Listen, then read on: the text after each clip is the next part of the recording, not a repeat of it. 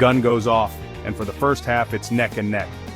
Jones and Knight are right there with her, stride for stride. The tension is palpable as the runners clear hurdle after hurdle, refusing to give an inch. But then, coming into the home straight, Bowl hits another gear. It's as if she finds a reserve of energy that no one else can match, her stride lengthening, her focus sharpening.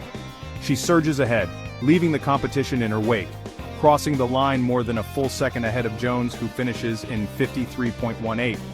That kind of margin at this level is almost unheard of. It's pure dominance.